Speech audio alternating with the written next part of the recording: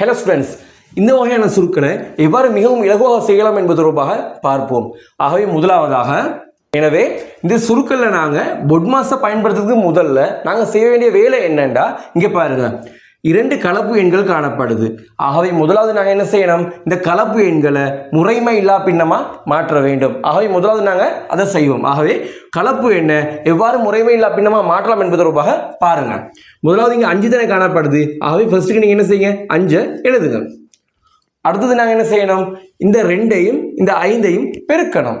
பெருக்கி வார விடையோட மேலுள்ள 2 கூட்டணும். ஆகவே 5 10, 10ஓட 2 கூட்டினா 12. அடுத்தது பாருங்க, இந்த பிரித்தல் குறியீடை உள்ளவாறே எழுதி கொள்ளுங்க. அடுத்தது நாங்கள் என்ன செய்யணும், இங்கேயும் காணப்படுறது ஒரு கலப்பு எண். ஆகவே இந்த 2 அப்படியே எழுதிக்குவோம். அடுத்தது பாருங்க, இந்த 1ஐயும் 2ஐயும் பெருக்கி வார விடையோட மேலுள்ள 1 கூட்டணும். ஆகவே 1 2 2, 2 3 3. எனவே தர 5 மேல் 4. ஓகே, அடுத்தது தான் நாங்கள் என்ன செய்யணும், பொட்மாஸை பயன்படுத்தணும். பொட்மாஸில் உங்களுக்கே தெரியும், பிரித்தல் குறியீடுக்கு பிறகு தான் எது வரும், பெருக்கல் வரும்.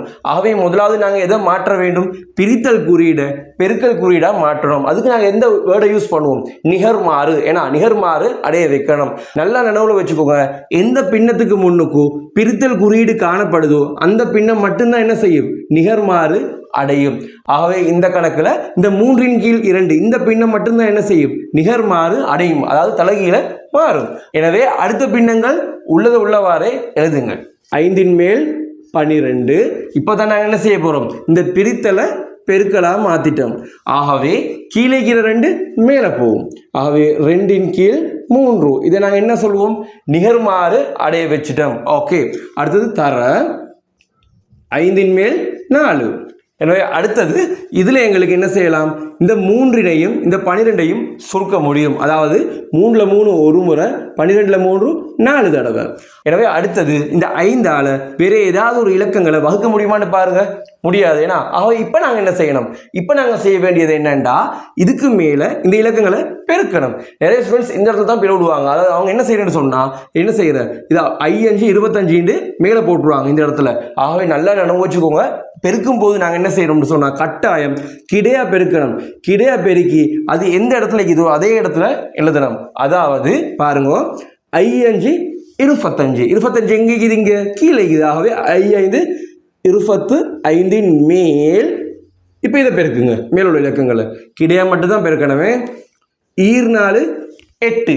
அந்த 8ஓட நாங்கள் எது செய்யணும், இந்த 4 பெருக்கணும். 4 8, 8 32. அடுத்தது 25 மேல் 32. இந்த பின்னம் என்ன, ஒரு முறைமை இல்லாத பின்னம். ஆகவே இறுதி விடை வரும்போது ஒரு முறைமை இல்லா பின்னம் காணப்படுறதால இதை நாங்கள் என்ன செய்வோம், கலப்பு எண்ணுக்கு மாற்றுவோம். ஆகவே இந்த பின்னத்தை எவ்வாறு கலப்பு எண்ணுக்கு மாற்றலாம் என்பது தொடர்பாக பார்ப்போம். கலப்பு எண்ணுக்கு மாற்றும் போது நீங்கள் முதலாவது செய்ய வேண்டிய வேலை, இங்கே பகுதி என்ன பாருங்க, 25 காணப்படுது. ஆகவே முதலாவது நீங்கள் என்ன செய்யுங்க, அந்த பகுதி எண்ணை எழுதி கொள்ளுங்க. 25 மேல். ஓகே, இப்போ நல்லா பார்த்துக்கோங்க, இது 32 பிரிக்கணும் 25ஆல். அதாவது 32 பிரிக்கணும் 25ஆல். 32ல் எத்தனை 25 காணப்படுது, ஒரு தடவை. ஆகவே 1 25 25. 32ல் 25 கழிச்சா 7 மீதம். ஆகவே இப்போ பாருங்க, மேலே இருக்கிற இலக்கத்தை சைடில் எழுதுங்க, கீழே இருக்கிற மீதியை மேலே எழுதுங்க. ஆகவே இப்போ நாங்கள் 25 மேல் 32 இதை நாங்கள் என்ன செஞ்சிட்டோம், கலப்பு எண்ணா மாற்றிட்டோம். எனவே இறுதி பெறுமதி 1 25 7.